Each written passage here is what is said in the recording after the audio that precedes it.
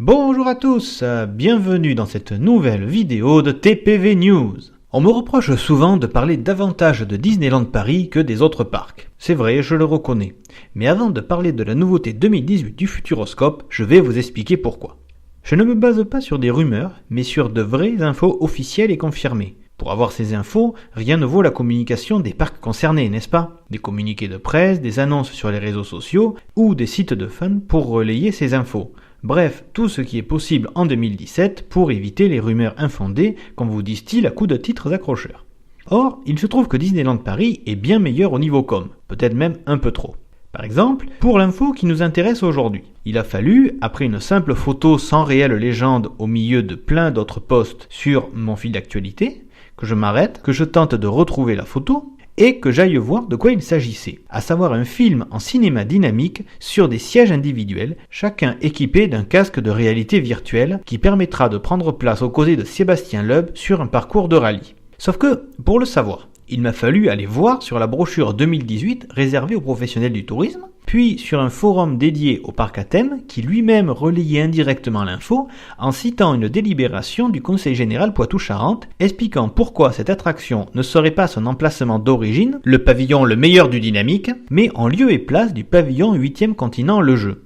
Ça en fait des détours. Depuis, on a eu quelques posts sur la fermeture de ce pavillon pour une nouveauté en 2018, mais ça reste très ténu en termes d'annonce. Tout ça pour vous dire que j'essaye grâce à Facebook, Twitter ou ces vidéos de vous informer le mieux possible avec des infos qui donnent envie d'aller dans les parcs. Le site internet étant plus intemporel et destiné à vous présenter les parcs dont je parle ici. Mais quand l'info n'arrive pas, je n'y peux pas grand chose. Attention, je ne prétends pas tout savoir non plus, et encore moins faire, comme certains, la leçon aux parcs sur leur communication. Ils sont bien meilleurs que moi dans ce domaine. Bon, après cette introduction bien trop longue, je pense que vous avez décroché, voire que vous avez arrêté cette vidéo. Je continue pour ceux qui restent. Voici donc le détail de cette nouveauté.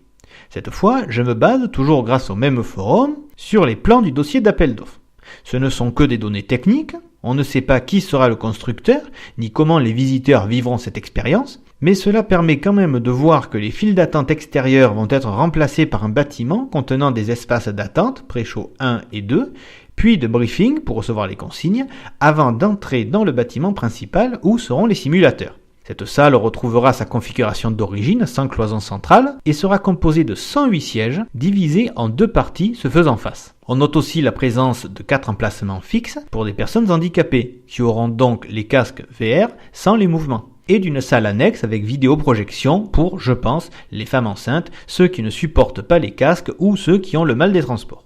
Voilà pour l'info. À titre personnel, je trouve que la technologie VR, qui envahit peu à peu tous les parcs à thème, parce que c'est la mode, va vite devenir obsolète, pour être remplacée par d'autres technologies. Et je trouve curieux que le Futuroscope, qui se revendique tourné vers le futur et qui a toujours proposé des attractions innovantes et novatrices, propose cette fois finalement quelque chose qui existe déjà.